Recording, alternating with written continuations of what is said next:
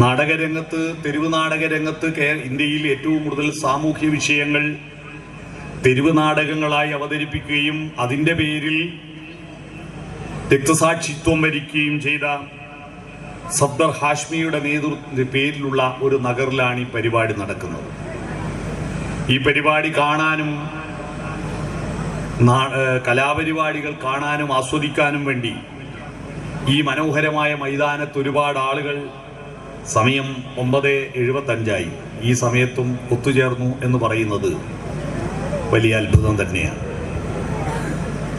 എത്രയും നേരത്തെ തൻ്റെ വീട്ടിലെത്താനും മൊബൈൽ ഫോണും വാട്സപ്പും ഫേസ്ബുക്കും നോക്കാനും ടി-വിയിൽ സീരിയൽ കാണാനും കിടന്നുറങ്ങാനും ഭക്ഷണം കഴിക്കാനും മാത്രം ആളുകൾ താല്പര്യപ്പെടുന്നതോടും നമ്മുടെ നാടിൻ്റെ സംസ്കാരം ചുരുങ്ങിപ്പോകും.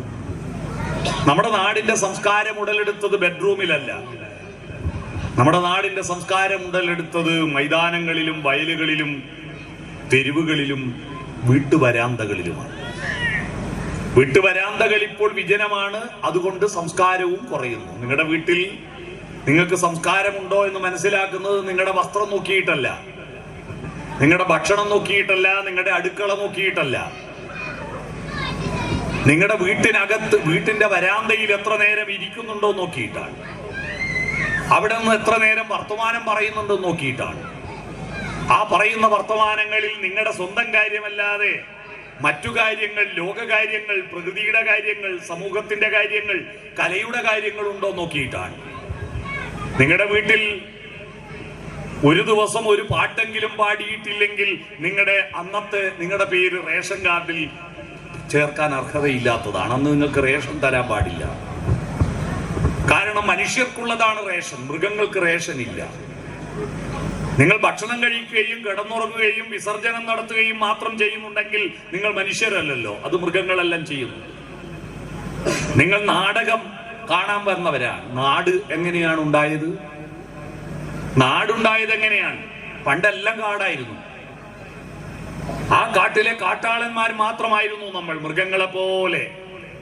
യാതൊരു പ്രത്യേകതയില്ല. മൃഗവും മനുഷ്യനും തമ്മിൽ വസ്ത്രം ധരിക്കുന്നത് കൊണ്ടും വർത്തമാനം പറയുന്നത് കൊണ്ടും പാട്ടുപാടുന്നത് കൊണ്ടും സ്നേഹിക്കുന്നത് കൊണ്ടും എവിടെ നിന്നോ വന്നു ഞാൻ, എവിടേക്കോ പോണു ഞാൻ എന്ന് ചിന്തിക്കുന്നത് കൊണ്ടുമാണ് നമ്മൾ മനുഷ്യരായത്. അല്ലാതെ ശരീരം കൊണ്ട് നമ്മൾ മനുഷ്യരൊന്നുമല്ല. എല്ലാ മൃഗങ്ങൾക്കും ഉള്ളതുപോലെ 2 കണ്ണാണ്, എല്ലാ മൃഗങ്ങൾക്കും ഉള്ള പോലെ 2 ചെവിയാണ്, എല്ലാ മൃഗങ്ങൾക്കും ഉള്ളതുപോലെ മൂക്കിന് 2 ദ്വാരമാണ്, എല്ലാ മൃഗങ്ങൾക്കും ഉള്ളതുപോലെ ചോരക്ക് നിറം ചുവപ്പാണ്, അസ്ഥിക്ക് നിറം വെളുപ്പാണ്. അതുകൊണ്ട് മാത്രം നമ്മൾ മനുഷ്യനാവുന്നില്ല. നമ്മൾ ചിരിക്കുകയും ചിന്തിക്കുകയും പാട്ടുപാടുകയും പ്രസംഗിക്കുകയും പ്രസംഗം കേൾക്കുകയും ഇതുപോലെ ഒത്തുചേരുകയും ഒത്തുചേർന്നിട്ട് ഡാൻസ് കണ്ടിട്ട് കൈയടിച്ചാൽ മാത്രം പോരാ. അപ്പുറം ഇപ്പുറം ഇരിക്കുന്ന ആളോട് വിശേഷം ചോദിക്കണം. എല്ലടോ ധാരാണി, നിന്റെ കൊയിലാണ്ടി കൊണ്ടുപോയ മോൾ ഇപ്രാവശ്യം വന്നിട്ടൊന്നുമില്ലേ, ഓക്ക് വിശേഷമൊന്നും ആയിട്ടില്ലേ എന്ന് ചോദിക്കുന്നില്ല. പിന്നെ എന്ത് കുന്തത്തിനാ ഇവിടെ വന്നിരിക്കുന്നത്? അപ്പുറം ഇപ്പുറം തല അങ്ങോട്ടും ഇങ്ങോട്ടും തിരിച്ച് ചോദിക്കുക, വർത്താനം പറയാ. ഞാനിപ്പോ കണ്ണൂരിൽ നിന്ന് ട്രെയിനിൽ കയറിയിട്ട് കടലുണ്ടി ഇറങ്ങി ആടെ ഒരു സ്കൂളിന്റെ വാർഷികത്തിൽ പ്രസംഗിക്കാൻ വരുന്നുണ്ട് എന്ന് അറിഞ്ഞിട്ട് അതിന് ശേഷം ഇവിടെ വരാന്ന് പറഞ്ഞുകൊണ്ടാണ് ഞാൻ വൈകിയത്. ഇവിടുന്ന് ആങ്കർ അനൗൺസ് ചെയ്യുമ്പോൾ സാംസ്കാരിക പ്രഭാഷകൻ ഏതാനും നിമിഷങ്ങൾക്കകം ഇവിടെ എത്തൂന്ന് കുറേ നേരം പറയുമ്പോൾ ഞാനിവിടെ എത്തിയിട്ട് ബേക്കിലിരിക്കുന്നുണ്ട്. മനസ്സിലായോ? ഈ ട്രെയിനിൽ ഞാൻ വരുമ്പോ ഇങ്ങനെ ആളുകൾ സാധാരണ ബസ്സിൽ ഒരു ഭാഗത്തേക്ക് മാത്രം നോക്കിയിട്ടേ ഇരിക്കുക. ട്രെയിനിൽ അങ്ങോട്ടും ഇങ്ങോട്ടും മുഖം നോക്കി ഇരുന്നിട്ട് ഇങ്ങനെ നോക്കി ഇരിക്കുക എന്നല്ലാതെ നിങ്ങൾക്ക് ഏടിയാ പോണ്ടെന്ന് ചോദിക്കൂല, ഏടിയാ എന്നാ വരുന്നെന്ന് ചോദിക്കൂല, ഒരു വിശേഷം പറയൂല. എല്ലാം കുറെ ചെറുപ്പക്കാരുണ്ടായിരുന്നു, കുറെ പെൺകുട്ടികൾ എൻ്റെ ആ ക്യാബിൻ്റെ അകത്ത്. അവരെല്ലാം ICU കിടക്കും പോലെ കിടക്കുക, വയറെല്ലാം കുത്തിയിട്ട് ഒന്നും അറിയുന്നില്ല. ICUവിൽ ഇങ്ങനെ വയറിൽ കുത്തിയിട്ട് ബോധമില്ലാണ്ട് കിടക്കില്ലേ, അതുപോലെ ഒരു ബന്ധവും ഇല്ലാതെ മനുഷ്യനെങ്ങനെയാ ഉണ്ടാവുന്നത്? മനുഷ്യനുണ്ടായതിന്റെ കഥയാ ഞാൻ പറയാൻ പോകുന്നത്. നാടുണ്ടായത് എങ്ങനെയാണ്? കാട്ടാളന്മാരായി നടക്കുന്ന കാലം ദപ്പായി സംഭവം. ഇതിഹാസങ്ങൾ ജനിക്കും മുമ്പേ ഈശ്വരൻ ജനിക്കും മുമ്പേ ഉള്ള കഥയാണ്. ഒരു അമ്പലവും ഇല്ല, ഒരു പള്ളിയും ഇല്ല, ഒന്ന് ഈശോയും ഇല്ല, ഈശോ മിശിഹായ്ക്ക് സ്തുതിയായിരിക്കട്ടെ ഇല്ല, അള്ളാഹു അക്ബർ ഇല്ല, അക്ഷരമില്ല. അക്ഷരം ഉണ്ടാകുന്നതിന് മുമ്പ് ദൈവം ഉണ്ടാകും. ദൈവം എന്ന വാക്ക് അക്ഷരം ഉണ്ടായതിനു ശേഷമല്ലേ ഉണ്ടായേ? ഇതൊന്നും ഇല്ലാത്ത കാലം മൃഗങ്ങളുടെ കൂട്ടത്തിൽ ഹോമോസോപ്പിയൻ, ഇത് 3 ലക്ഷം വർഷം മുമ്പുള്ള കഥയാണ്. ഹോമോസോപ്പിയൻസ് ആയിട്ട് മനുഷ്യരിങ്ങനെ രാവിലെ ഉറക്കം കഴിഞ്ഞാൽ പല്ല് തേക്കണ്ടല്ലോ, എന്ത് സുഖ അല്ലേ, കുളിക്കണ്ട, വസ്ത്രാലക്കണ്ട, ഒന്നും ചിന്തിക്കണ്ട, അടുപ്പ് തീ പറ്റിക്കണ്ട, ഭക്ഷണം ഉണ്ടാക്കണ്ട, ഒന്നുമില്ല. രാവിലെ എണീറ്റ് ഏതോ മരം കുലുക്കിയിട്ട് എന്തോ തിന്നാൻ പഴമോ കായ്കനികളോ നോക്കൂ, അല്ലെ മഡ് കളച്ചിട്ട് കിഴങ്ങ് തിന്നു, അല്ലെ മൃഗങ്ങളെ കൊന്നു തിന്ന് വയറ് നിറഞ്ഞ ആടെ കിടക്കും, ആടുന്ന് പിന്നെയും നടക്കും, പോയി പുറപ്പെട്ടെടുത്ത് തിരിച്ചു വരേണ്ട പരിപാടിയില്ല. കാരണം ആടെ വീടൊന്നും ഇല്ലല്ലോ, കൃഷിയും ഇല്ലല്ലോ, ഇങ്ങനെ നടക്കും. അടിച്ചു വാരണ്ടല്ലോ, കാരണം വീടില്ലല്ലോ. അങ്ങനെ നടക്കുമ്പോ അന്ന് രണ്ട് ജാതിയേ ഉണ്ടായിരുന്നുള്ളൂ മനുഷ്യരുടെ ഇടയിൽ. ഏത് ജാതിയാ? ആണുജാതിയും പെണ്ണുജാതിയും. ആണുജാതിയും പെണ്ണുജാതിയും മാത്രമേ ഉള്ളൂ. പക്ഷെ ഈ ഭക്ഷണം ശേഖരിച്ച് പോകാൻ വേണ്ടി ഇടയ്ക്ക് പെണ്ണുജാതിക്ക് ആണുജാതിന്റെ കൂടെ പോകാൻ പറ്റൂല. എന്തുകൊണ്ടായിരിക്കും? കുഞ്ഞുണ്ണി മാഷ് ഒരു കവിതയുണ്ട്, ആണിന്റെ അമ്മ പെണ്ണ്, പെണ്ണിന്റെ അമ്മയും പെണ്ണ്, ഇതെന്ത് നീതി ഇതെന്ത് ന്യായം, ആണിനെ പെറ്റതും പെണ്ണിനെ പെറ്റതും പെണ്ണ. പെണ്ണുങ്ങളോട് ബഹുമാനം കാണിക്കണമെന്ന് പറയുന്നത് എന്തുകൊണ്ടാണെന്നറിയോ? അവർക്ക് നീണ്ട മുടിയുള്ള കൊണ്ടല്ല, അവർക്ക് മീശയില്ലാത്ത കൊണ്ടല്ല. നമ്മളെ എല്ലാം പെറ്റത് പെണ്ണ, 10 മാസം ചുമന്നത് പെണ്ണ, പ്രസവ വേദന അനുഭവിച്ചത് പെണ്ണ. ആ വേദന അനുഭവിച്ചതിനോടുള്ള ആദരവ് പ്രകടിപ്പിക്കാൻ ഞങ്ങളുടെ നാട്ടിൽ ഒരു ആചാരമുണ്ട്. ഒരു പെണ്ണ് പ്രസവിച്ചാൽ ഒരു 5-10 ദിവസത്തിനുള്ളിൽ ആ പെണ്ണ് അനുഭവിച്ച ത്യാഗത്തിന്റെ വേദനയ്ക്ക് പ്രതിഫലമായിട്ട് അവൾക്കും അവളുടെ അമ്മയ്ക്കും തിന്നാനുള്ള കാശ് കൊണ്ട് കൊടുക്കും. അങ്ങനെയുണ്ടോ? തിന്നാനുള്ള കാശ്. അതിന് പക്ഷേ തിന്നുന്നതിന് അതിന് മാത്രം ഇംഗ്ലീഷ് പറയാ. തിന്നുന്നതിന് എന്താ ഇംഗ്ലീഷ് പറയാ? ഈറ്റ് എന്നല്ലേ പറയാ. ഈറ്റിന്റെ പൈസ കൊണ്ട് കൊടുക്കും. അങ്ങനെ ഒരു പരിപാടി ഇവിടെ ഇല്ല. ഈറ്റിന്റെ പൈസ.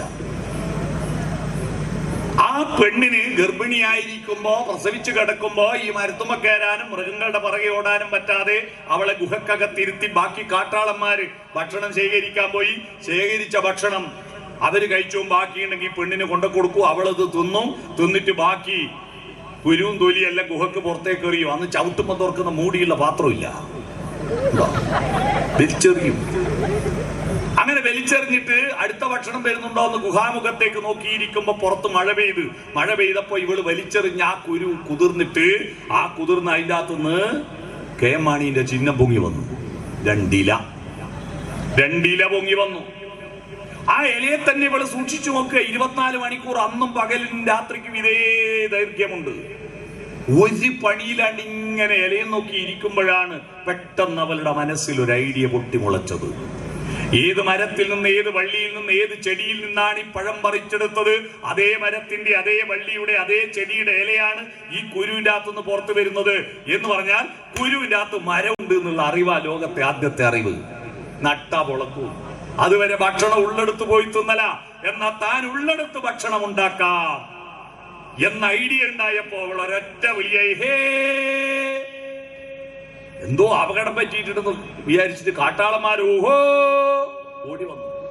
എന്താ 4 മൂലക്കുന്ന് കാട്ടാളന്മാർ വന്നു. വിളിച്ചു ചേർത്ത് ഇവളും കൂടി വട്ടത്തിൽ ഇരുത്തിയിട്ട് കുരുവിന്റെ അകത്ത് മരമുണ്ടെന്ന് പറഞ്ഞു കൊടുക്കാൻ, കുരുന്നോ മരോ എന്നുള്ള വാക്കൊന്നും ഇല്ലല്ലോ, ഭാഷയില്ലല്ലോ. എന്തെല്ലോ അഭ്യാസം കളിച്ചിട്ട് ഇവള് ഒച്ചയെടുത്തിട്ടും കാണിച്ചു കൊടുത്തിട്ടും പറഞ്ഞ് ബോധ്യപ്പെടുത്തി. അങ്ങനെ ബോധ്യപ്പെടുത്തിയപ്പോഴാണെന്നാ പിന്നെ നടാന്ന് തീരുമാനിച്ചത്. അങ്ങനെയാണവര് അക്കാണും മാമല വെട്ടി വയലാക്കി ആര്യൻ വിത്തെറിഞ്ഞു. അന്നുണ്ടാക്കിയതാ വയല്. ഈ വയലെന്ന് പറയുന്നത് മലയാളി ഉണ്ടാവുന്നതിന് മുമ്പ് വയലുണ്ട്. ആദ്യ മനുഷ്യൻ ഉണ്ടാക്കിയതാ വയല്. നിങ്ങളെ പേരിൽ ഇപ്പൊ നിങ്ങൾ ഉണ്ടാക്കിയ നിയമപ്രകാരം അവിടെ അരയേക്കറ 30 സെന്റ് 20 സെന്റ് എല്ലാം ആ വയല് നിങ്ങളുടെ പേരിൽ റേഷാക്കി തന്നു എന്ന് വിചാരിച്ചിട്ട് അത് കൊത്തിക്കൂട്ടി ചാല് കീറിയിട്ട് അവിടെ പറമ്പാക്കാൻ നിങ്ങൾക്ക് എന്താ അധികാര? വയല് നിങ്ങൾ കാശ് കൊടുത്ത് വാങ്ങിയതായിരിക്കാം, പക്ഷെ കാശ് നിങ്ങൾ ഉണ്ടാക്കിയ കാശാ, മനുഷ്യന്മാരുണ്ടാക്കിയ കാശാ, പ്രകൃതി ഉണ്ടാക്കിയ കാശല്ല. ഇപ്പൊ എന്താ വയലുകളിൽ ആദ്യം ചാല് കീറിയിട്ട് കുറച്ച് കിഴങ്ങ് വെക്കും, 4 കിഴങ്ങിന്റെ നടുക്കൊരു വാഴ വെക്കും, 4 വാഴന്റെ നടുക്കൊരു കങ്ങ് വെക്കും, 4 കങ്ങിന്റെ നടുക്കൊരു തെങ്ങ് വെക്കും, 4 തെങ്ങിന്റെ നടുക്കൊരു വീട് വെക്കും. എന്നിട്ട് വീടിനിയാഞ്ഞ തെങ്ങ് മുറിച്ചു മാറ്റും. എന്നിട്ടോ എല്ലാം ഇന്റർലോക്കാക്ക് സിമെന്റ് ഇടും. നമ്മളെ ആളുകളുടെ ആഗ്രഹം എന്താണെന്നറിയോ? മൊത്തം കേരള പറമ്പ് മൊത്തം സിമെന്റ് ഇട്ടെങ്കിൽ പിന്നെ ചളിവേർക്കണ്ടല്ലോ. എന്നിട്ട് പെയ്യുന്ന വെള്ളത്തെ ഓടിക്കടലിലേക്ക് വിടും. എന്നിട്ട് ഇതാ ഇപ്പൊ തുടങ്ങി പഞ്ചായത്ത് മെമ്പറിലീടാ വെള്ളം എടുത്തു വെള്ളം 6 മാസം പുല്ല് പോലെ പെയ്ത് തന്നിട്ട് ആ വെള്ളത്തെ മുഴുവൻ ഓടിച്ചു വിടും കടലിലേക്ക്. എന്നിട്ട് വേനൽക്കാലത്ത് വെള്ളം എവിടെ പഞ്ചായത്തെ മുനിസിപ്പാലിറ്റി എന്ന് പറഞ്ഞിട്ട് വിലപിക്കും. ദീപങ്ങളെല്ലാം കെടുത്തി ഞാൻ പ്രാർത്ഥിച്ചു, ദീപമേ നയിച്ചാലും എന്ന ONV കുറുപ്പിന്റെ വരി ഓർമ്മയുണ്ടോ? വിളക്കൊക്കെ ഊതിക്കെടുത്തിക്കഴിഞ്ഞിട്ട് വീണ്ടും വെളിച്ചം വെളിച്ചം വെളിക്കുന്ന മർത്യന്റെ നാദം. അയ്യപ്പ പണിക്കരുടെ മൃത്യുപൂജ. അപ്പൊ ഈ വയലെന്ന് പറയുന്നത് നമ്മളെ സ്വന്തമല്ല, ഇത് തലമുറകളായിട്ടുണ്ടായതാ. അവര് നട്ടപ്പോഴാണ് ഒരു പ്രശ്നം മുളച്ചാൽ ഇത് പൂക്കുവോ പൂത്താൽ ഇത് കായ്ക്കോ എന്നറിയാൻ ആദ്യമായി താമസാക്കി. ആദ്യമായി ഒരിടത്ത് നിന്നു അവൻ. സ്റ്റേബിലിറ്റി ഉണ്ടായി, സ്ഥിരതയുണ്ടായി, ഒരു സ്ഥാനമുണ്ടായി. ആ സ്ഥാനമാണ് പിന്നീട് പാകിസ്ഥാനും അഫ്ഗാനിസ്ഥാനും ബലൂചിസ്ഥാനും കസാക്കിസ്ഥാനും കുർദിസ്ഥാനും ഹിന്ദുസ്ഥാനും ഒക്കെയായി വളർന്നത്. സ്ഥാനമുണ്ടായപ്പോഴാണ്.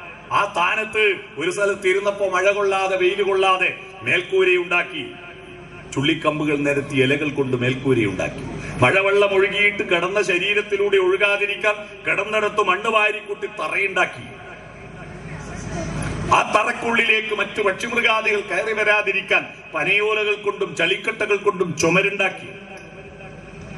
എന്നിട്ട് അവിടെ അടുത്തിരുന്നപ്പോഴാണ്, അതുവരെ ഇങ്ങനെ നടക്കുന്നതിന്റെ ഇടയിൽ പരസ്പരം നോക്കിയിട്ടില്ല, അടുത്തിരുന്നപ്പോഴാ ഉടുത്തിട്ടില്ല എന്നുള്ള മനസ്സിലായത്. നാണം വന്നപ്പോ ഇലകൾ കൊണ്ട് നാണം മറച്ചു. ഇലകൾ ഉണങ്ങിപ്പോകുന്നു, കീറിപ്പോകുന്നു. കാട്ടുവള്ളികൾ മെടഞ്ഞുണ്ടാക്കിയിട്ട്, പിന്നീട് നൂലുകൾ മെടഞ്ഞുണ്ടാക്കിയിട്ട് ത്രികോണാകൃതിയിൽ ഒരു തുണി ഉണ്ടാക്കി, ഗുഹ്യഭാഗം മാത്രം മറക്കാൻ. അതാണ് ആദ്യത്തെ തുണി, കോണകം.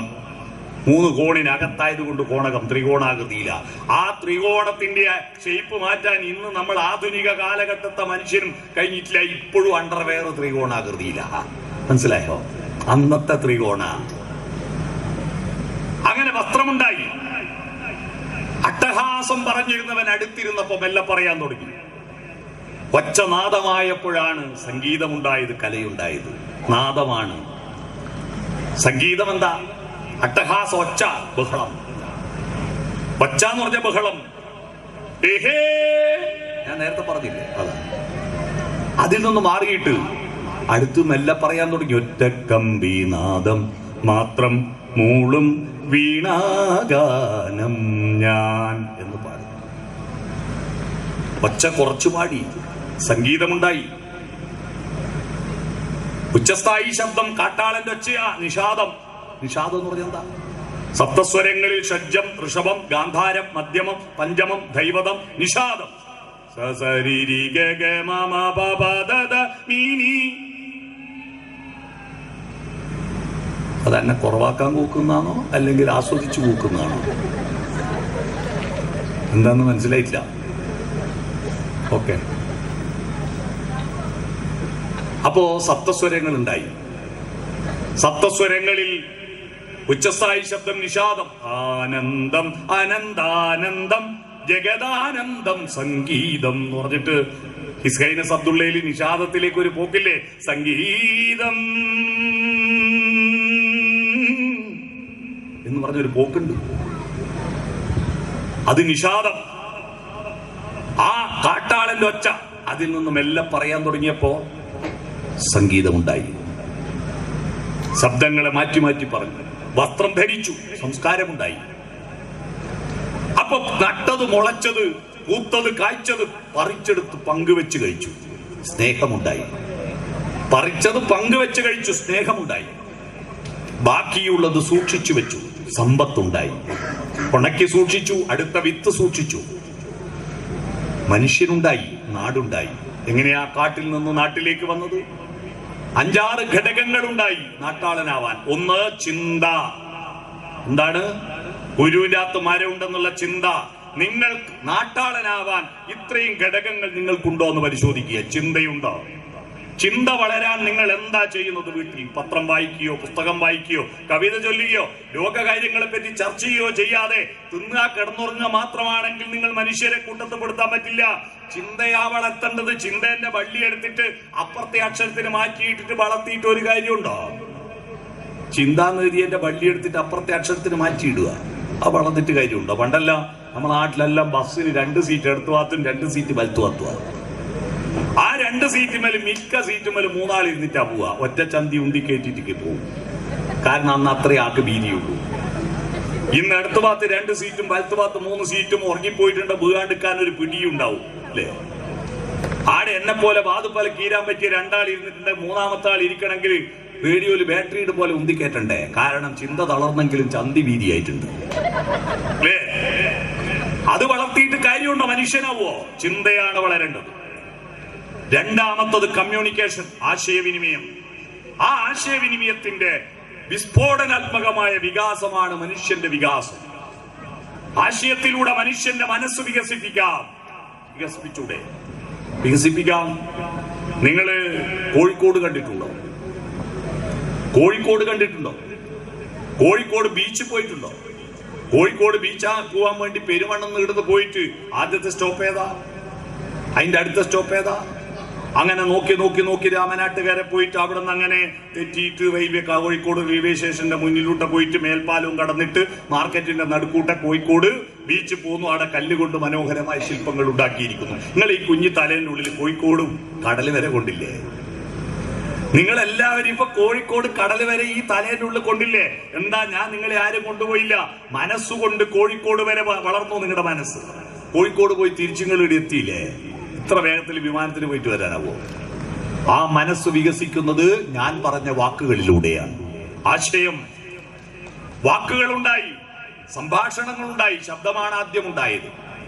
ശബ്ദത്തിൽ ഓരോന്നിനും ഓരോ ചിത്രങ്ങളും ഓരോ ശബ്ദങ്ങളുണ്ടായി. ആ ശബ്ദങ്ങൾ പിന്നീട് ശബ്ദങ്ങൾ മരിച്ചു വീഴുന്നത് കൊണ്ട് ചിത്രങ്ങളുണ്ടായി. ഞാനിപ്പോ പറഞ്ഞല്ല, അപ്പൊ തന്നെ മരിച്ചു വീഴല്ലേ? പിന്നീട് അത് നിലനിൽക്കണമെങ്കിൽ അക്ഷരങ്ങൾ വേണ്ടേ? അപ്പൊ ആ കാട്ടാളൻ ഇങ്ങനെ പോകുമ്പോഴാണ് ഒരു പക്ഷി ഒരു തൂവലിട്ട് കൊടുത്തത്. ആ തൂവൽ എന്തിനാവോ ഏതിനാവോ എന്ന് മലയാളമൊന്നും ഇല്ല, പക്ഷെ അവന്റെ മനസ്സിൽ ആശയമുണ്ട്. ആശയമാണ് ആദ്യം ഉണ്ടായത്, പിന്നെ ആ വാക്കുണ്ടായത്. പ്രസവം എന്ന വാക്കുണ്ടാകുന്നതിന് മുമ്പ് പ്രസവിക്കലില്ലേ? വേദന എന്നുള്ള വാക്കുണ്ടാകുന്നതിന് മുമ്പ് വേദനയില്ലേ? ആദ്യം വേദനയുണ്ടായി, പിന്നെ ആ വേദന എന്നുള്ള വാക്കുണ്ടായത്. അപ്പൊ ഇവൻ ചോദിച്ചു, അപ്പൊ പക്ഷി പറഞ്ഞു, നിനക്ക് നിന്റെ ആശയങ്ങൾ എല്ലാ കാലത്തേക്കും എല്ലാ ദേശത്തേക്കും എത്തിക്കുവാനുള്ള എഴുതാനുള്ള തൂലികയാ ഞാൻ തന്നത്. ആ തൂലിക മഷിയിൽ മുക്കി എഴുത്. അപ്പൊ മഷി എവിടെ? കദളിച്ചെടി കാറ്റത്തിങ്ങനെ ഇലയിങ്ങനെ ആടുന്ന കണ്ടപ്പോ കാട്ടാള വിചാരിച്ചു എന്നെ വിളിച്ച നടത്തിയ നേരം കദളിച്ചെടി ഇവനോട് പറയാനായി തോന്നുക. എന്റെ കറുത്ത കായകൾ പിഴിഞ്ഞെടുത്തിട്ട് അതിൽ മുക്കി എഴുതിക്കോ. മഷി കിട്ടി. എഴുതാൻ കടലാസ് വേണ്ടേ? പൂതണക്ക് എന്ന് പറഞ്ഞ ഒരു മരമുണ്ട്. ആ മരത്തിന്റെ പ്രത്യേകത കിഴങ്ങിന്റെ തൊലി പൊളിക്കും പോലെ പലയട്ടി പൊളിച്ചെടുക്കാം. പൂതണക്ക് പറഞ്ഞു, എന്റെ തൊലി പൊളിച്ചിട്ട് അത് ഉണക്കിയിട്ട് എഴുതിക്കോ.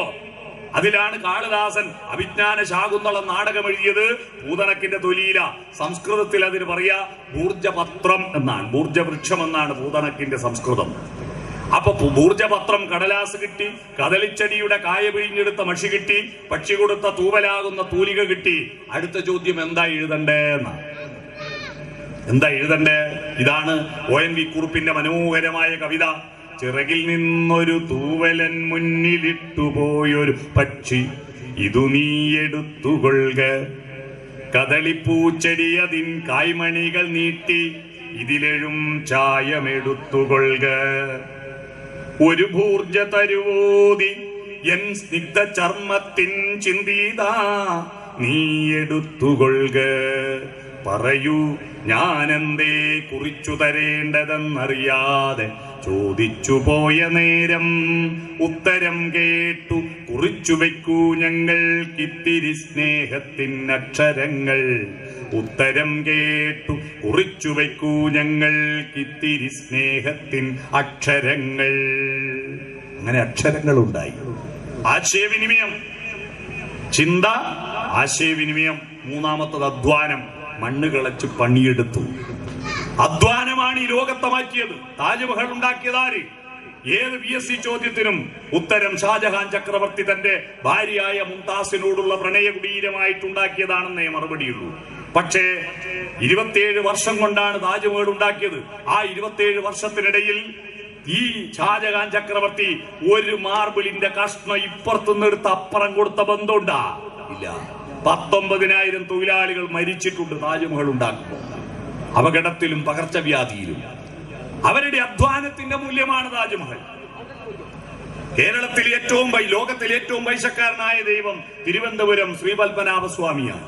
അദ്ദേഹത്തിന്റെ ഈ നിലവറയിൽ ഏതാണ്ട് 5 ലക്ഷം കോടി രൂപയുടെ പവിഴവും രത്നവും ഗോമേതവും വൈഡൂര്യവും സ്വർണവും സൂക്ഷിച്ചിട്ടുണ്ട്.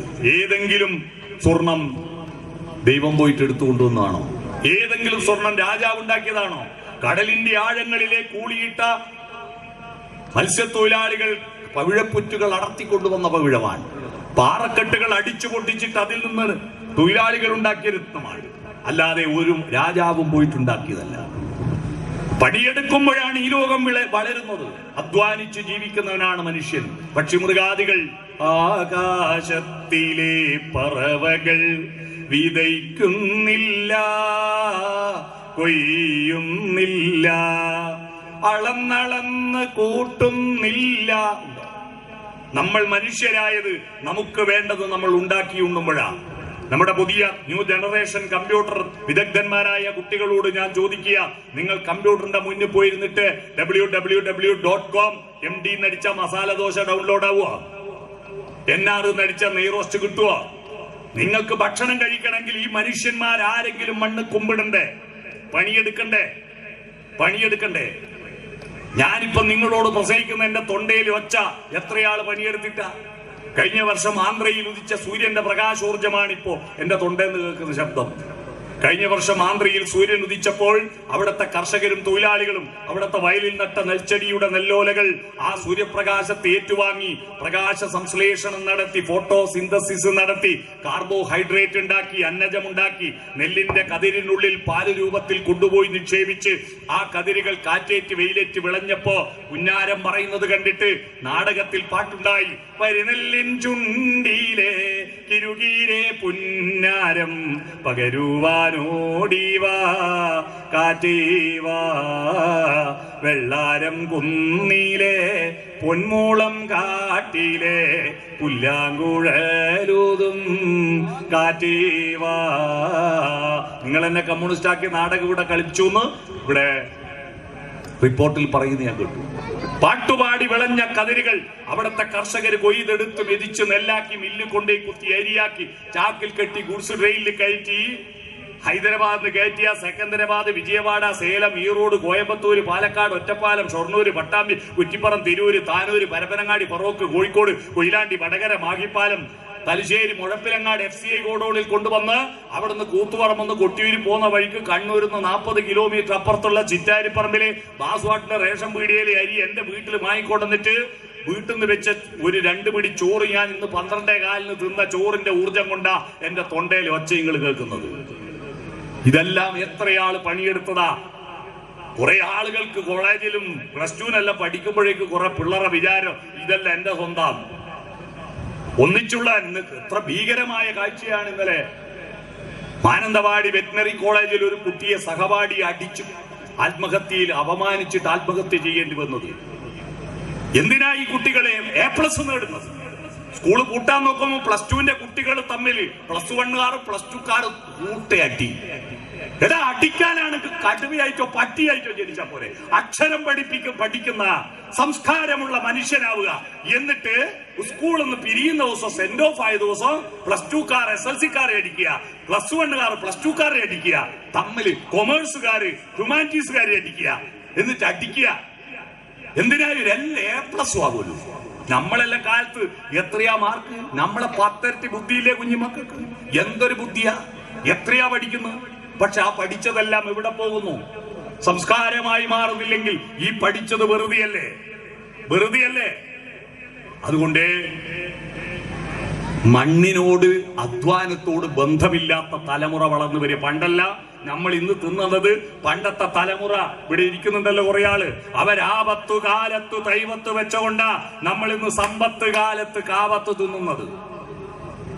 എന്നാൽ ഇന്ന് സമ്പത്ത് കാലത്തിൽ ഒരുത്തനും ദൈവത്ത് വെച്ചില്ലെങ്കിൽ വരും തലമുറ, ഈ കുഞ്ഞുമക്കളുടെ മക്കളല്ല, ആപത്ത് കാലത്ത് പട്ടിണി കിടന്ന് മരിക്കും. നോക്കിക്കോ, പട്ടിണി കിടന്ന് മരിക്കും. കൃഷിയില്ലാതെ മനുഷ്യന് ജീവിക്കാൻ പറ്റില്ല. അധ്വാനം വേണം, പണിയെടുക്കണം.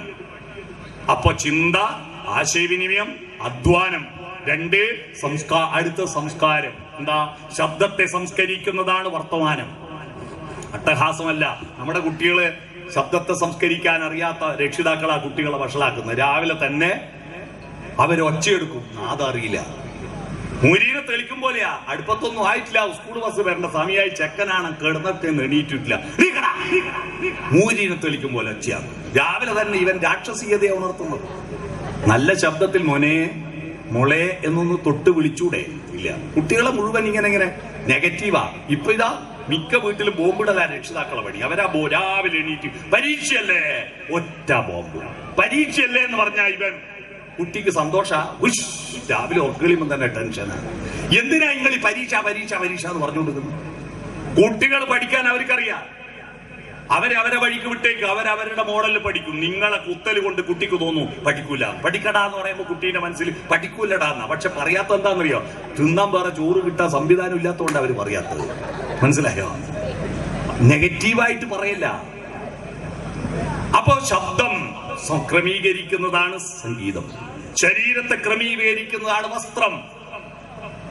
ബന്ധങ്ങളെ ക്രമീകരിക്കുന്നതാണ് സ്നേഹം. അതാണ് സംസ്കാരം. വേണ്ടത് എടുക്കുക, വേണ്ടാത്ത ഒഴിവാക്കുക. അതാ സംസ്കാരം. കരിമ്പ് സംസ്കാരം കണ്ടിട്ടില്ലേ? റോഡ് സൈഡിൽ കരിമ്പിന്റെ ചണ്ടി ഒഴിവാക്കുക, നീര് മാത്രം എടുക്കുക. അതാ കരിമ്പ് സംസ്കാരം. ശവസംസ്കാരം എന്താ? മരിച്ചു കഴിഞ്ഞാൽ അയാളെ ബോഡി വേണ്ട, ഒഴിവാക്കുക. പക്ഷെ അയാളെ ബാങ്ക് ഡിപ്പോസിറ്റിന്റെ സർട്ടിഫിക്കറ്റ് എല്ലാം കൊണ്ട് കുയിലിടുവോ? വേണ്ടെങ്കിൽ എടുക്കൂ, ഒസ്യത്തെടുക്കൂ, രേഖയെടുക്കൂ. അദ്ദേഹം പറഞ്ഞ നല്ല വാക്കുകൾ, അദ്ദേഹത്തിന്റെ നല്ല ഓർമ്മകൾ, സോഫ്റ്റ്വെയർ എടുക്കും, ഹാർഡ്വെയർ ഒഴിവാക്കൂ. അതാണ് ശവസംസ്കാരം. പിടികിട്ടിയോ? സംസ്കാരം. നാലാമത്തത് സംസ്കാരം. അഞ്ചാമത്തത് പങ്കുവെക്കൽ. പങ്കുവെക്കൽ. സഹ അവവധു. ഭാരതത്തിൽ ദൈവവും മതവും ഹിന്ദു മതത്തിൽ ഉണ്ടാകുന്നതിന് മുമ്പ് ഒരു മന്ത്രമുണ്ട്.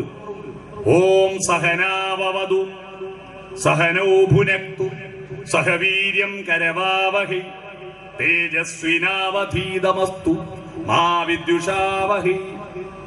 ഈ മന്ത്രം എന്താന്ന് ആർക്കും അറിയില്ല. ഓം എന്ന് പറഞ്ഞാൽ എന്താ? ഞാൻ കഴിഞ്ഞ ദിവസം തിരുവനന്തപുരം ചിന്മയ കോളേജിൽ ഒരു വേദാന്ത കൺവെൻഷൻ. ഇപ്പൊ അടുത്ത സ്വാമി എന്നെ വിളിച്ചിട്ട് ചോദിച്ചു, ഭഗവത്ഗീതയും ഉപനിഷത്തുകളും എന്നൊരു പ്രബന്ധമുണ്ട്, നിങ്ങൾക്ക് അവതരിപ്പിക്കാൻ പറ്റുമോ? ഞാൻ പറഞ്ഞു റെഡി. ഞാൻ പോയിട്ട് ഓങ്കാരത്തിന്റെ അർത്ഥം എന്താന്ന് ചോദിച്ചു. ആരും ഒന്നും പറയുന്നില്ല. അപ്പൊ ഒരു ചെക്കൻ എണീറ്റ് എന്നിട്ട് പറഞ്ഞു, ഓങ്കാരം എന്ന് പറഞ്ഞാൽ ദൈവത്തെ ഡൗൺലോഡ് ആക്കുന്ന പാസ്വേഡാണ്. ഓം നമശിവായ എന്ന് പറഞ്ഞാൽ ശിവൻ ഡൗൺലോഡായി. ഓം നാരായണായ എന്ന് പറഞ്ഞാൽ വിഷ്ണു ഡൗൺലോഡായി. ഓംകാരം എന്നതിന്റെ അർത്ഥം ഒരു മതവുമായിട്ട് ബന്ധമില്ലാത്ത പ്രകൃതിയുടെ 3 നിയമങ്ങളാണെന്ന് അറിയണം. ആ ഉ അം എന്ന 3 ശബ്ദ പ്രതീകങ്ങളിലൂടെ ജനിക്കുന്നു, ജീവിക്കുന്നു, മരിക്കുന്നു, ഉണ്ടാവുന്നു, നിലനിൽക്കുന്നു, ഇല്ലാതാകുന്നു. എല്ലാവർക്കും ബാധകല്ലേ? അത് കൂട്ടി വായിക്കുമ്പോ ആ ഉ അം ഓം. പ്രകൃതിയുടെ 3 നിയമത്തിന് വിധേയമായി സഹ അവവധു. അതാ ഇവിടെ നടക്കുന്നത്. ഇത്രയും ആളുകൾ ഒത്തിച്ചിരിക്കുന്ന എന്താ? ഇങ്ങനെ ഇരിക്കുന്നത് ബിരിയാണി കിട്ടുമെന്ന് വിചാരിച്ചിട്ടല്ലല്ലോ. ഒരുമിച്ചിരുന്ന് ചിന്തിക്കാനാണ്. അപ്പോഴാ മനുഷ്യരാവുന്നത്. ഒരുമിച്ചിരുന്ന് ചിന്തിക്കാൻ തയ്യാറാവുമ്പോൾ നമ്മൾ സഹ അവവധു. നിങ്ങളുടെ കുടുംബത്തിൽ അതുണ്ടോ? ഒരുമിച്ചിരുന്ന് ചിന്തിക്കാറുണ്ടോ? വീടുകളിൽ ജനാധിപത്യമില്ല. ഇപ്പോ എല്ലാരും ബെഡ്റൂമിലേക്ക് പോയി. നമ്മുടെ സംസ്കാരം അതാ വരാന്തയിലാണ് വളർന്നത്. വരാന്തകളിൽ ആരും ഇരിക്കുന്നില്ല. നമ്മളെല്ലാം ഞാൻ വണ്ടിയും കൊണ്ട് പോകുന്ന ഇവിടുന്ന് വഴിതെറ്റി പോയാൽ വഴി ചോദിക്കാൻ ഒരൊറ്റ മനുഷ്യനെ അറിയത്തുണ്ടാവില്ല. അഥവാ വണ്ടി സൈഡാക്കിയിട്ട് ആ വീട്ടിൽ പോയി ചോദിക്കണമെങ്കിൽ സെൻട്രൽ ജയിലിൽ പോയിട്ട് ഒരാളെ അവിടെ ചെന്നപ്പോ കരണ്ട് പോയി, ഭയങ്കര ചൂട്. ജനലിന്റെ കുറ്റി തുറന്നിടാൻ വേണ്ടി നോക്കും, കുറ്റി കൂട്ടി പറ്റി. ഏത് വാർണിഷിനോട് ഞാൻ ചോദിച്ചു, മോനെ നീ കഴിഞ്ഞ കൊല്ലം വീട്ടിൽ കൂടലിന് പെയിന്റ് അടിക്കാൻ വേണ്ടി അന്ന് തുറന്ന് ഇട്ട കുറ്റിയാ, പിന്നെ ഇതുവരെ തുറന്നിട്ടില്ലല്ലേ? ഇല്ല. ഞാൻ പറഞ്ഞു തുറക്കുന്നില്ല, പിന്നെ നീ എന്തിനാടോ പൈസയും ചെലവാക്കി ജനല് പിടിപ്പിച്ചിന്? ആടെ കല്ല് വെച്ച് മുട്ടിച്ചാ പോരെ? ജനലും വാതിലും ഉണ്ടാക്കിയത് അടച്ചിടാനാണെന്ന മൂഢധാരണയിലാണ് കേരളത്തിലെ മഹാപൊട്ടന്മാരുള്ളത്. ജനലും വാതിലും അടക്കാനാണ്. ജനലും വാതിലും അടക്കാനല്ല, തുറക്കാനാ. തുറന്നിട്ട് ഓക്സിജനെ സ്വീകരിക്കാനാ വീട്ടിന്റെ അകത്തേക്ക്. രാവിലെ എണീറ്റാൽ മുന്നിലത്തെ വാതിൽ തുറന്നിട്ട് ഓക്സിജനെ വീട്ടിലേക്ക് സ്വീകരിക്കുക വേണ്ട, അല്ലാതെ സ്പ്രേ അടിച്ചിട്ട് ഫ്രഷ് അടിക്കുകയല്ല വേണ്ടത്. എന്നിട്ട് വെളിച്ചത്തിലേക്ക് ഇറങ്ങണ്ടേ, വരാന്തയിൽ ഇറങ്ങണ്ടേ, അവിടുത്തെ പൂക്കളെ നോക്കി, പൂമ്പാറ്റകളെ നോക്കി, സൂര്യപ്രകാശത്തെ നോക്കി അല്പനേരം ചെലവഴിക്കണ്ടേ? ഇത് നമ്മുടെ പെണ്ണുങ്ങളെ പണി എന്താ? രാവിലെ എണീറ്റ ഇസ്രായേലിലെ പട്ടാളക്കാരെ പണി. ഇസ്രായേലിലെ പട്ടാളക്കാര് രാവിലെ ഉറക്കം കഴിഞ്ഞാൽ ഗാസയിലേക്ക് 3 മിസൈൽ തീ കൊടുക്കും, എന്നിട്ട് അവര് പല്ലേക്കും. നമ്മളെ പെണ്ണുങ്ങൾ രാവിലെ എണീറ്റ് ടിക്ക് ടിക്ക് ടിക്ക് 3 അടുപ്പും എത്തിച്ച്. തിന്നലുണ്ടാക്കലല്ല, മനസ്സ് വളർത്തുക. അതാണ് പങ്കുവെക്ക്. വരാന്തയിൽ ഇരുന്നിട്ട് ചർച്ച നടത്തൂ. അച്ഛനും അമ്മയും മക്കളും എല്ലാം വട്ടത്തിൽ ഇരുന്നിട്ട് ഭക്ഷണം കഴിക്കുമ്പോ ഒന്നും ഞാൻ വർത്താനം പറഞ്ഞൂടെ? ഇത് ഇടത്തെ കൈ കൊണ്ട് മൊബൈലും പിടിച്ചിട്ട് വലത്തെ കൈ കൊണ്ട് തിന്നു. അല്ല TV തുറന്നിട്ടാ തിന്നുക. TV തുറന്ന ഒറ്റൊരു പണിയെ നടക്കൂ. എന്താ അത്? തിന്നല് മാത്രം. എന്നാൽ റേഡിയോ വാങ്ങി നോക്കട്ടെ. 1000 ഉറുപ്പിയുള്ളൂ റേഡിയോന്. അത് വാങ്ങാൻ പൈസയില്ല. എന്ത് പണിയും നടത്താം അത് കേട്ടോണ്ട്. എന്തെല്ലാം നല്ല പരിപാടിയുണ്ട്. പക്ഷെ അത് വാങ്ങില്ല. 50,000 TV വാങ്ങും. TVന്റെ മുമ്പിൽ തിന്നലേ നടക്കൂ. കുഞ്ഞുണ്ണി മാഷ് ഒരു കവിതയുണ്ട്. വായിലേക്കുള്ള വഴി കൈക്ക് കാണാ പാടം, വായിൽ നിന്നുള്ള വഴി നാവിനു തെറ്റുന്നു മിക്കപ്പോഴും. അല്ലെ? വായിലേക്കുള്ള വഴി കൈക്ക് കാണാ പാടല്ലേ. രാത്രി ഭക്ഷണം കഴിച്ചു കൊടുക്കുമ്പോൾ പെട്ടെന്ന് കരണ്ട് പോയി. ആരെങ്കിലും വായ കാണാച്ച് ചോറ് വാരി ചെവി കൊണ്ടാച്ചത് അതങ്ങ് നടക്കൂ. അതിങ്ങനെ TV നോക്കി തിന്നോണ്ട് അതിലിടക്ക് കൂറ വീണ മുളകാന്ന് ചോദിച്ചാൽ അതും ചാരിച്ചു കൂട്ടുകയും ചെയ്യും. ഭക്ഷണം കഴിക്കുമ്പോൾ വട്ടത്തിലിരിക്ക്, വരാന്തയിൽ വട്ടത്തിലിരിക്ക്, ലോകകാര്യങ്ങളെ പറ്റി ചിന്തിക്ക്, ഒരു കവിത ചൊല്ല്, ഒരു പാട്ടുപാട്. പാട്ടില്ലെങ്കിൽ നമുക്ക് ദൈവം ഉണ്ടാവുമോ? ഇപ്പൊ പാട്ട് വേണ്ട, ദൈവം മതി. ശ്രീരാമകവിയുടെ ഇരാമചരിതം പാട്ടെന്ന കാവ്യമുണ്ടായതിനു ശേഷമാണ് നമുക്ക് രാമൻ എന്ന ദൈവത്തെ കേരളത്തിൽ അറിഞ്ഞത്. ചെറുശ്ശേരിയുടെ കൃഷ്ണഗാഥ ഉണ്ടായതിനു ശേഷമാണ് കൃഷ്ണൻ എന്ന ദൈവത്തെ അറിഞ്ഞത്. ഭക്തിയുടെ ആധ്യാത്മിക ദർശനങ്ങൾ അറിഞ്ഞത് കിളിപ്പാട്ട് കേട്ടിട്ടാണ്. എഴുത്തച്ഛന്റെ കിളിപ്പാട്ട് കേട്ടിട്ടാണ്. മന്ത്രങ്ങളും പാട്ടും ഒന്നും ഇല്ലെങ്കിൽ നമുക്ക് ദൈവം ഉണ്ടോ? ചിത്രങ്ങളില്ലെങ്കിൽ ദൈവം ഉണ്ടോ? ചിത്രങ്ങളില്ലെങ്കിൽ ഈ കൃഷ്ണന്റെയും രാമന്റെയും വിഷ്ണുവിന്റെ എല്ലാം രൂപ അവര് സെൽഫി എടുത്തയച്ചെന്ന് ആണോ? കലാകാരന്മാർ വരച്ചതല്ലേ? ശില്പികൾ കൊത്തി തയ്യാറാക്കിയല്ലേ? ഞാൻ ഭഗവാൻ കാലുമാറുന്നു എന്നൊരു നാടകം എന്റെ നാട്ടിൽ കളിപ്പിച്ചു. ഭയങ്കര വിവാദമായ നാടകം, KPSCന്റെ നാടകം. ആ നാടകം ദൈവത്തെ ഉപയോഗിച്ച് നടത്തുന്ന തട്ടിപ്പുകൾക്കെതിരായിട്ടുള്ള നാടകം. ആ നാടകം തുടങ്ങുമ്പോൾ ആദ്യം തന്നെ ഒരു അവതരണ ഗാനം. ആ അവതരണകാരൻ കേട്ടിട്ട് നമ്മളെല്ലാം മൂക്കിന് വിരൽ വെച്ചു പോയി. പൂത്താലം പൂജിച്ചു പൂജയ്ക്കായി വന്നവർ ഞങ്ങൾ എന്നായിരുന്നു ആദ്യത്തെ. ഇതെന്താ ഇത്? KPSCന്റെ പാട്ടാ. അടുത്ത വരി കേട്ടോ. ദൈവത്തീനല്ല ആ ദൈവത്തീനെ തീർത്ത കൈവേലക്കാരന്റെ മുന്നിൽ, ദൈവത്തിനെ ഉണ്ടാക്കിയ കൈവേലക്കാരന്റെ മുന്നിൽ പൂജയ്ക്കായി വന്നവർ ഞങ്ങൾ. സർഗാത്മകതയാണ് മനുഷ്യനിലേക്ക് നയിച്ചത്. കലയില്ലെങ്കിൽ ഇതെത്ര മനോഹരമാണ്. കലയൊലി എന്ന പേര് ഇതിന് കൊടുത്തിരിക്കുന്നു. സർഗാത്മകതയില്ലെങ്കിൽ ഒരു കവിതയും പാട്ടും ഒന്നും ഇല്ലാത്ത വീടാണെങ്കിൽ എന്ത് വീടാണ് നിങ്ങളത്? ഇതുപോലെ മൈതാനത്ത് ഒത്തുചേർന്നിട്ട് ഗ്രാമങ്ങളിലാണ് നാടകങ്ങൾ. എന്റെ നാട്ടിലൊക്കെ എത്രയാ വെള്ളേരി നാടകങ്ങൾ. വെള്ളേരി കണ്ടത്തില് വെള്ളേരിക്ക പറിച്ചാൽ പുതുമഴ പെയ്യുന്നവരെ വിത്തിടാൻ കുറച്ച് സമയം ഉണ്ടാവുമല്ലോ. അപ്പൊ മേലത്തെ കണ്ടത്തിൽ ആ സ്റ്റേജ് 4 വീട്ടിൽ നിന്ന് പുറപ്പെടുത്തുകൊണ്ടിട്ട് ആ കർട്ടൻ ഉണ്ടാക്കുക. അതിന് പെട്രോമാക്സിന്റെ ലൈറ്റും വെച്ച് താഴത്തെ കണ്ടത്തിൽ ഓഡിയൻസ് ഇരിക്കും. അതാ ആടെ ബായി തോന്നിയ നാടകം അവതരിപ്പിക്കും. അതാ വെള്ളേരി നാടകം. ആ നാടകങ്ങൾ എത്ര രസകരമായ നാടകങ്ങൾ. എന്റെ അപ്പൂപ്പൻ ആ നാടകത്തിൽ അഭിനയിക്കുന്ന ഒരാളായിരുന്നു. അപ്പൂപ്പൻ പറഞ്ഞിട്ടുണ്ട് ഒരു കഥ. ഒരു നാടകത്തിന്റെ പുസ്തകം കിട്ടി. അന്ന് പുസ്തകം കിട്ടുക പറഞ്ഞാൽ വലിയ അപൂർവ. ഇന്ന് പുസ്തകങ്ങൾ ചല്ലുപുല്ല് പോലെയുണ്ട്, വായിക്കാൻ ആളില്ല. അന്ന് പുസ്തകം വളരെ അപൂർവമായിട്ട് ഒരു പുരാണ നാടകത്തിന്റെ പുസ്തകം കിട്ടി. പക്ഷേ അഭിനയിക്കാൻ വേണ്ടിയിട്ട് ആളെ തപ്പോഴാണ് ഒറ്റ നടിയോ അഭിനയിക്കാൻ തയ്യാറില്ല. എന്താണെന്നറിയോ? പാണ്ഡവന്മാരും കൗരവന്മാരും ചൂത് കളിച്ചിട്ട് പാണ്ഡവന്മാരും തോറ്റുപോവുകയും പാഞ്ചാലി പണയവസ്തുവാവുകയും പാഞ്ചാലിയെ ദുശാസനൻ വസ്ത്രാക്ഷേപം നടത്തി ചേല അയക്കുന്ന രംഗം കൊണ്ടുകൊണ്ട് സെയിം വന്ന് സാരി അയക്കും എന്ന് പറഞ്ഞിട്ട് ഒരൊറ്റ പെണ്ണും അഭിനയിക്കാൻ തയ്യാറാവുന്നില്ല. നാടകമോഹം പൊലിയെന്ന് വന്നപ്പോ ചാന്തുപൊട്ട് സിനിമയിലെ ദിലീപിനെ പോലത്തെ ഒരുത്തൻ പറഞ്ഞു, പെണ്ണുങ്ങളെ പോലത്തെ ഒരുത്തനുണ്ട്. ഓൻ പറഞ്ഞു, ഞാൻ മീശ പിടിച്ചിട്ട് പെണ്ണിന്റെ വേഷം കേട്ടാ, പക്ഷെ ഞാനാണ് പെണ്ണായിട്ട് അഭിനയിക്കുന്നതെന്ന് ആരും അറിയരുത്, നമ്മളെ അറിയാവൂ. അങ്ങനെയാണെങ്കിൽ ഞാൻ കേട്ട. അങ്ങനെ വളരെ രഹസ്യമായി റിഹേഴ്സൽ നടത്തി. അങ്ങനെ പഠിച്ചോണ്ടിരിക്കുമ്പോ ഒരു പ്രശ്നം വന്നത്, ഈ പാഞ്ചാലിന്റെ ചേല ദുശാസൻ അയച്ചിട്ട് തീരാണ്ട് കുന്നുപോലെ കൂട്ടിയിട്ടിട്ട് തളർന്ന് വീഴണം രംഗത്ത്. ഇതെങ്ങനെ ചേല നീളം കൂട്ടും? കൃഷ്ണനുണ്ടാ. അവസാനം സംവിധായകൻ ശശിമാഷ് ഒരു സൂത്രം കണ്ടെത്തി. ഒരേ നിറമുള്ള 7-8 സാരി സംഘടിപ്പിച്ചു. എന്നിട്ട് 8 സാരി തുന്നിക്കൂട്ടിയിട്ട് പാഞ്ചാലിയെ കെട്ടുന്നവനോട് പറഞ്ഞു, നീ 8 എണ്ണം ചുറ്റുക. ദുശാസനായിട്ട് അഭിനയിക്കുന്നവനോട് പറഞ്ഞു 7 എണ്ണം കഴിച്ചാൽ തളർന്ന് വീണോടുക. Okay, ready. റിഹേഴ്സൽ എല്ലാം ഗംഭീരായി. നാടകമായ ദിവസം പുരാണ നാടകമുണ്ട്, വമ്പിച്ച ജനം. അപ്പൊ നോക്കുമ്പോ അന്ന് ഈ താർപ്പായി ഒന്നും ഇല്ലാത്ത കാലത്ത് പല വീട്ടിൽ നിന്ന് പുതപ്പെടുത്തുകൊണ്ട് വന്ന് മറച്ചതല്ലേ. അപ്പൊ മേക്കപ്പ് റൂമിന്റെ ഒരു ഭാഗം മറക്കാൻ ബാക്കിയുണ്ട്. അതിലെ കൂടി ഇവൻ ആണുങ്ങൾ പെണ്ണുങ്ങളെ വേഷം മാറുന്നെന്ന് നാട്ടുകാർ കാണുമോ എന്ന് കമ്മിറ്റി പ്രസിഡന്റ് ഗോപാലൻ മാഷക്ക് ഒരു സംശയം. അയാൾ എന്ത് ചെയ്തു? ആട മറക്കാനെന്നാ തുണി കിട്ടുക എന്ന് പറഞ്ഞ് തപ്പി നോക്കുമ്പോൾ കുറെ സാരി കൂട്ടിയിട്ടാണ്ട് ഇതിൻ്റെ അകത്തുനിന്ന് ഒരു സാരി അയച്ചിട്ട് ആട മറച്ചു കൊടുത്തു. ഈ സാരിന്റെ എണ്ണം 8 7 വിവരം ഉടുക്കുന്ന പാഞ്ചാലി അറിയില്ല, അയക്കുന്ന ദുശാസനും അറിയില്ല. നാടകം ആരംഭിച്ചു, ചൂതുകളി ആരംഭിച്ചു. ദുര്യോധന് വേണ്ടി ശകുനി ചൂതുകളിച്ചു, സകലതും പണയം വെച്ച്. ഈ പുതിയ കലിയുഗത്തിൽ ആ ഉപഭോഗ സംസ്കാരത്തിന്റെ കാലത്ത് പോലും നമ്മുടെ ഗാംബ്ലിംഗിൽ ചീട്ട് കളിക്കാൻ പോകുമ്പോ ഒരു ദുഷ്ടന്മാരും ഭാര്യനെ പണയം വെച്ച് കളിക്കില്ല. എന്നാൽ വലിയ ധർമ്മപുത്ര പോലും ആ വിദ്വാൻ സ്വന്തം ഭാര്യയെ പണയം വെച്ച് കളിച്ചു. ആ കളിയിലും തോറ്റു. അങ്ങനെ പാഞ്ചാലി ദുര്യോധന്റെ അടിമയായി. ദുര്യോധനൻ സിംഹാസനത്തിൽ നിന്ന് എഴുന്നേറ്റ് പൊട്ടി പൊട്ടി പൊട്ടിച്ചിരിച്ചു. ദുശാസന! ജനങ്ങളിങ്ങനെ കോരിത്തരിച്ചു നിൽക്കുക. അന്തഃപുരത്തിൽ രജസ്വലയായി ഒറ്റവസ്ത്രം ധരിച്ചു നിൽക്കുന്ന ഈ പഞ്ചപാണ്ഡവന്മാരുടെ ധർമ്മ പത്നി. നമ്മൾ സഭാപ്രവേശത്തിന് പോയപ്പോ വെള്ളത്തിൽ വീണപ്പോൾ കൈമുട്ടി ചിരിച്ചവളുണ്ടല്ലോ, കൊണ്ടുപോവാ അവളെ ഈ സദസ്സിലേക്ക്. രാജസഭ കാണട്ടെ. അവളുടെ മാനവും അപമാനവും കൊണ്ട് പിടിച്ചു വലിച്ചു കൊണ്ടുവന്നു. അഴിക്കട അവളുടെ ചേല. അഴിക്കാൻ തുടങ്ങി. ദുശാസനൻ ചേലി അയക്കുന്നു. പാഞ്ചാലി കൃഷ്ണാന്ന് പറഞ്ഞ് വട്ടം ചുറ്റുന്നു. 1 സാരി 2 സാരി 3 സാരി 4 സാരി 5 സാരി 6 സാരി 7 സാരി അയച്ചിട്ട് നോക്കുമ്പോ കാക്കി ട്രൗസർ ഇട്ടിട്ട് പാഞ്ചാലി സ്റ്റേജുമെന്ന് പായുന്നു. ആണുങ്ങൾ പെണ്ണുങ്ങളെ വേഷം കെട്ടുമ്പോ അടിയിൽ പാവാടി ഒന്നും ഉടുത്തിട്ടില്ലേനും. പണ്ട് കീറാത്ത കാക്കി ട്രൗസർ ഉണ്ടാവും മിക്കാക്കും. അതിന്റെ മേലെ ചുറ്റിയതേ. പിന്നെ നാടകത്തിന്റെ കഥയുണ്ടാവും. ഇത്തരത്തിൽ ഗ്രാമീണ നാടകങ്ങളുടെ രസകരമായ എത്രയെത്ര കഥകളുണ്ടെന്നറിയുമോ? ഒരു കുട്ടി 10ാം ക്ലാസ്സിൽ എത്തുമ്പോഴേക്ക് 10 നാടകം കണ്ടിട്ടില്ലെങ്കിൽ അവന് ഫുൾ A+ കൊടുക്കരുതെന്ന് എന്റെ അഭിപ്രായം.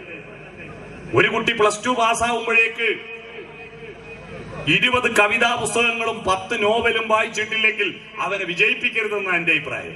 ഇതൊന്നും ഇല്ലാണ്ട് ചുട്ടെടുക്കുക. ഇങ്ങനെ നാടകങ്ങൾ കാണണം കുട്ടികൾ, കഥകളി കാണണം കുട്ടികൾ, മോഹിനിയാട്ടവും ഓട്ടം തുള്ളലും എല്ലാം കാണണം കുട്ടികൾ. അല്ലാതെ മൊത്തം ഒറ്റ ഡാൻസ്, ഇപ്പൊ എല്ലാം DJ ഡാൻസ്.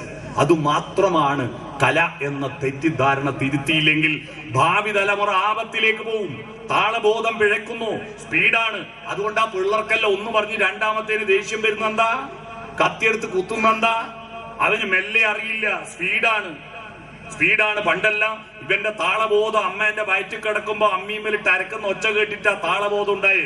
അമ്മിയിലിട്ട് അരക്ക് നല്ലല്ലേ. കുഞ്ഞിനു തീറ്റ കൊടുത്തുകൊണ്ടേ ജീവൻ കുട്ടിയോളെ കൂടെ നടത്തിക്കൊണ്ടേ ഉതിർമണിയൊന്നു കോറിച്ചുകൊണ്ടേ കൈകൾ ഊഞ്ഞാലായത്തിൽ വീശിക്കൊണ്ടേ.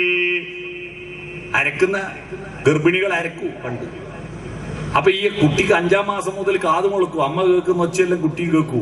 അപ്പൊ താളബോധത്തിന്റെ സോഫ്റ്റ്വെയർ പതിഞ്ഞതാ.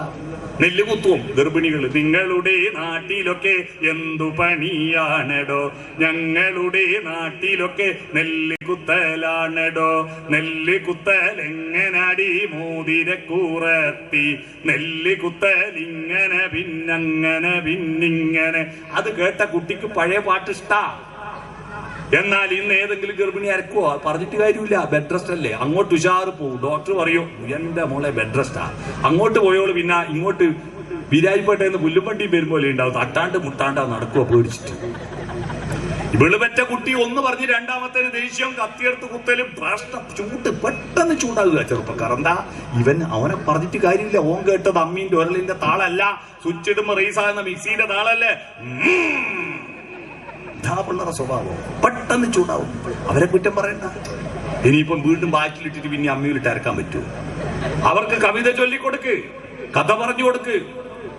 പണ്ട് അമ്മിയിലിട്ട് അരച്ച ചെക്കനോട് പണ്ടൊരു പെണ്ണ്, കാനന ചായയിലടുമയ്ക്കാൻ ഞാനും വരട്ടെയോ നിന്റെ കൂടെ. മറുപടി എന്താ? അമ്മീന്റെ താളത്തിൽ പാടില്ല പാടില്ല നമ്മെ നമ്മൾ പാടെ മറന്നൊന്നും ചെയ്തുകൂടാ. പോറ്റി വലുതാക്കി അച്ഛനെയും അമ്മയും മറന്നിട്ടൊന്നും വേണ്ട. നിന്നെ ഒരിക്കൽ ഞാൻ കൊണ്ടുപോകാം, ഇന്നു വേണ്ടോ മലാളെ.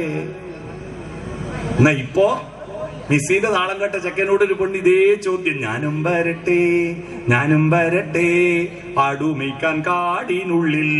ഓന്റെ മറുപടി, ഒരു കുഞ്ഞാരേ മാമ്പു പൂക്കും കാലമല്ലേ എന്നാണല്ലേ.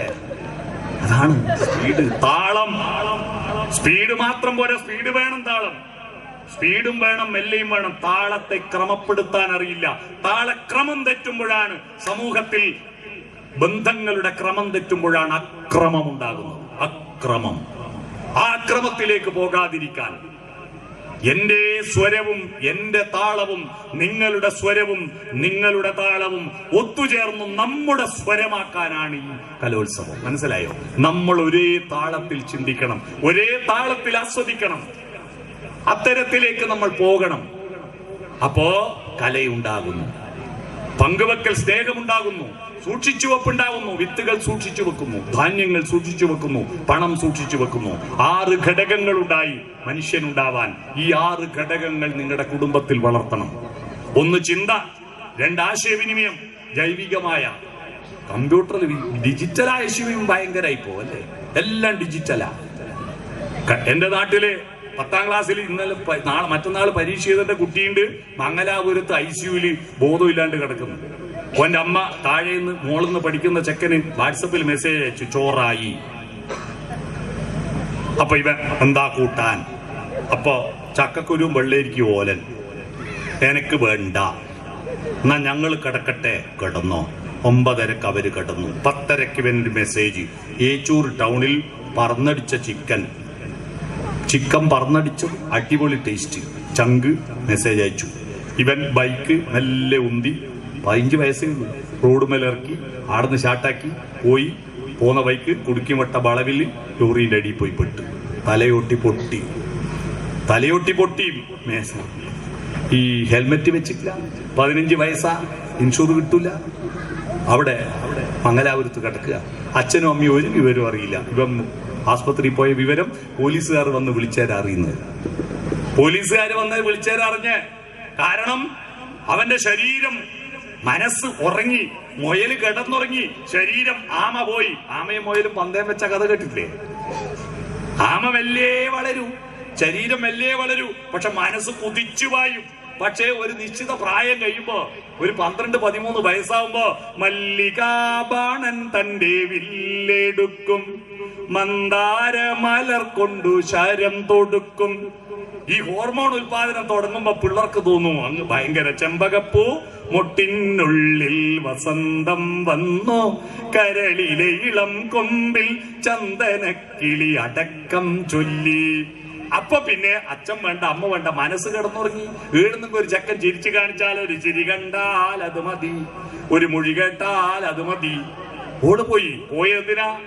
പ്രേമം പ്രണയമാണെന്ന് നിങ്ങൾ പറഞ്ഞാൽ ഞാൻ അതിനോട് യോജിക്കില്ല.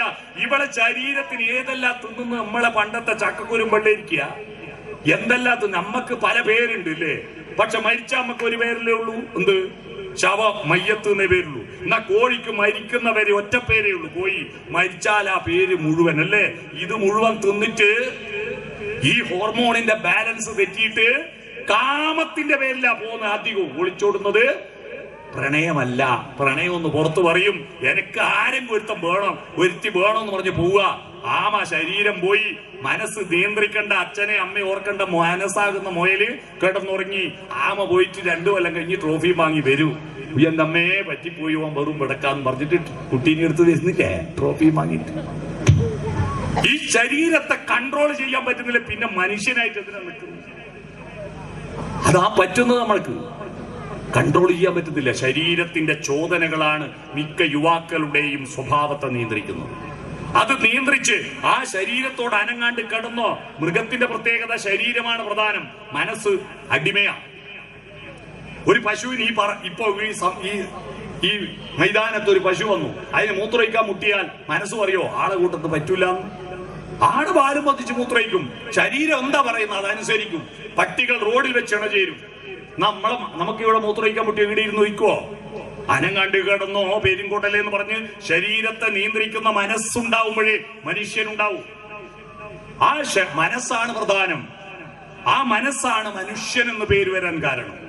അത്തരത്തിൽ മനസ്സ് വളരണം. അറിവ് കൊണ്ട് മാത്രം വളർത്താ പോരാ. സർഗാത്മകത വേണം, ധാർമ്മികത വേണം, സാമൂഹ്യബോധം വേണം. ആ സർഗാത്മകതയുടെ അടിത്തറയിലാണ് എല്ലാ ധാർമ്മികതയും ഉണ്ടാവുന്നത്. ആ സർഗാത്മകത ഉണ്ടാവണമെങ്കിൽ പാട്ടുപാടണം, കവിത ചൊല്ലണം, പുസ്തകങ്ങൾ വായിക്കണം. ബിരിയാണി തിന്നാ പോരാ. ബിരിയാണി എന്ന് പറഞ്ഞ കഥ വായിച്ച് എത്രയാളുണ്ട് ഇവിടെ? സന്തോഷ് ഏച്ചിക്കാനത്തിന്റെ ബിരിയാണി കഴിഞ്ഞ 5 കൊല്ലമായി കേരളത്തിൽ ഏറ്റവും കൂടുതൽ ആളുകൾ വായിച്ച കഥയാണ് സന്തോഷ് ഏച്ചിക്കാനത്തിന്റെ ബിരിയാണി. ആ കഥ വായിച്ച എത്ര ആളുണ്ട് ഇവിടെ? ഒന്ന് കൈവക്കൂ. നമ്മുടെ യുവാക്കളും വായിച്ചിട്ടില്ല. അവർ വായനശാല എന്ന് പറഞ്ഞാൽ അലർജി അവർക്ക്, അങ്ങോട്ടേ പോകില്ല അല്ലേ? ഇതാണ് പ്രശ്നം. രക്ഷിതാക്കളെ ഞാൻ ഉറപ്പിച്ചു പറയുന്നു, നിങ്ങളുടെ മക്കളെല്ലാം മയക്കുമരുന്നിന് അടിമയാകാൻ സാധ്യതയുള്ളവരുടെ ലിസ്റ്റിൽ പെടും. കാരണം ജീവിതത്തിന്റെ ലഹരി എന്താ? വായന, പാട്ട്, കഥ, കവിതയൊക്കെയാണ്. അതൊന്നുമില്ല. ശരീരത്തിന്റെ ലഹരി തിന്നല്, ചിക്കൻ, മട്ടൻ, അതിനെ കൊണ്ടൊന്നും തൃപ്തിയാവാതിരിക്കുമ്പോ പദാർത്ഥമാണ് ശരീരം. പദാർത്ഥത്തെ ലഹരി പിടിപ്പിക്കാൻ തിന്നന്റെ സാധനം പോരാ, പദാർത്ഥത്തിന്റെ 3 വകഭേദങ്ങളുടെ പിറകെ പോവും. അതാണ് പദാർത്ഥത്തിന് 3 വകഭേദം. എന്താ?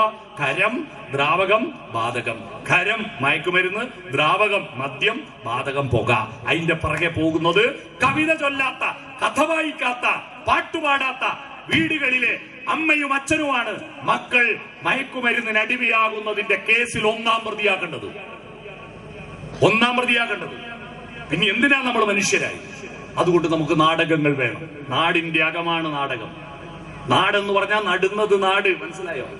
നാട് എന്ന് പറഞ്ഞത് നട്ടുണ്ടാക്കുന്നത്, തനിയെ മുളച്ച കാട്. നടുന്നവൻ നാട്ടാളൻ, ഒന്നും നടാത്തവൻ കാട്ടാളൻ. ഇന്ന് വീട്ടിൽ പോയിട്ട് നെഞ്ചത്ത് കൈവച്ച് പരിശോധിക്കുക, ഞാൻ ഇത് ഏത് ലിസ്റ്റിലാ പെടുക? നാട്ടാളനാണോ കാട്ടാളനാണോ? ആ നാടിനൊരകമുണ്ട്, അതാണ് നാടകം. അത് ജീവിതമാണ്. കാടിനകത്ത് ജീവിതമില്ല. ഭക്ഷണവും കിടന്നുറങ്ങലും മൈഥുനവും മാത്രമേ ഉള്ളൂ. നമ്മൾ ആനയെയും കടുവയെയും കുരങ്ങിനെയും കഥാപാത്രമാക്കിയിട്ട് നമ്മൾ കഥകൾ ഉണ്ടാക്കും. പക്ഷെ അതൊന്നും അവർക്കറിയില്ല. കവീഷിനറിയില്ല കവീഷിന്റെ പേര് കവീഷാന്ന് അറിയില്ല. നമ്മൾ ഉണ്ടാക്കിയതാ. നാടിന് ജീവിതമുള്ളത് നാട്ടിൽ മാത്രമാണ്. ആ ജീവിതത്തിന്റെ സംഘട്ടനാത്മകതകൾ, അപ്രതീക്ഷിത സംഭവങ്ങളാണ് നാടകങ്ങളായിട്ട് നമ്മുടെ മുന്നിലിരിക്കുക. അത് ജീവിതവുമായി താരതമ്യം ചെയ്ത് സംസ്കരിക്കാനുള്ള മാർഗമാണ്. അതുകൊണ്ട് നാടകങ്ങളെല്ലാം നിങ്ങൾ കാണണം. അതിനെപ്പറ്റി വീട്ടിൽ ചർച്ച നടത്തണം. നാടകം കണ്ടിട്ട് മോശമില്ല എന്ന് പറഞ്ഞ് പോയാ പോരാ. ആ നാടകത്തിലെ കഥാപാത്രങ്ങൾ, അതിന്റെ കഥ, അതിന്റെ അവസാനം എങ്ങനെ, വീട്ടിൽ നിന്ന് ചർച്ച നടത്തണം. അതൊരു സംഭവമാക്കി ഈ നാടിന്റെ സാംസ്കാരിക വികാസത്തിന് ഈ നാടകോത്സവവും ഈ കലയൊലിയും കല പരഹിതമാണ്. കല മറ്റുള്ളവർക്ക് ഇഷ്ടപ്പെടണം. കല പരഹിതമാണ്. പക്ഷെ അത് കലാപരഹിതവും ആയിരിക്കണം, കലാപരമായിരിക്കണം. അല്ലാതെ വെറുതെ തുള്ളിയാ പോരാ. അതിന് കലാപരമായ ഹിതം വേണം. അത് കലാപരഹിതവുമാവണം. അത് കുഴപ്പമുണ്ടാക്കാത്തതായിരിക്കണം. ഗാനമേള എന്ന് പറഞ്ഞാൽ അടിയാണ് പല സ്ഥലത്തും. കലാപരഹിതമാവണം. കലപരഹിതം, കലാപരഹിതം, കലാപരഹിതം. അത്തരത്തിൽ മനോഹരമായ കലാപരിപാടികളുമായി മുന്നോട്ട് പോകാൻ നിങ്ങൾ തയ്യാറാവുക. അതിന് നേതൃത്വം കൊടുത്ത 60 വർഷമായിട്ട് ഒരു വജ്രം പോലെ ഉറച്ചു നിൽക്കുന്ന പല കലാസമിതികളും ഉണ്ടാക്കി ഒരു 10-20 കൊല്ലം കഴിയുമ്പോൾ ഇല്ലാതായി പോകും. എന്നാൽ 60 വർഷമായി വജ്രം പോലെ ഉറച്ചു നിൽക്കുന്ന വജ്ര ജൂബിലി ആഘോഷിക്കുന്ന പെരുമണ്ണ യുവജന കലാസമിതിയുടെ പ്രവർത്തകരെ, അതിന് രൂപീകരിക്കുന്ന കാലം മുതൽ പ്രവർത്തിച്ച ആളുകളുടെ മുന്നിൽ നമസ്കരിച്ചുകൊണ്ട്, ഇപ്പോഴുള്ള പ്രവർത്തകരെ അഭിനന്ദിച്ചുകൊണ്ട്, ഈ സാംസ്കാരിക സമ്മേളനം ഉദ്ഘാടനം ചെയ്തതായി അറിയിച്ചുകൊണ്ട്, എന്നെ കേട്ടതിനും എന്നെ ക്ഷണിച്ചതിനും നന്ദി പറഞ്ഞ് ഞാൻ നിർത്തുന്നു. നമസ്കാരം.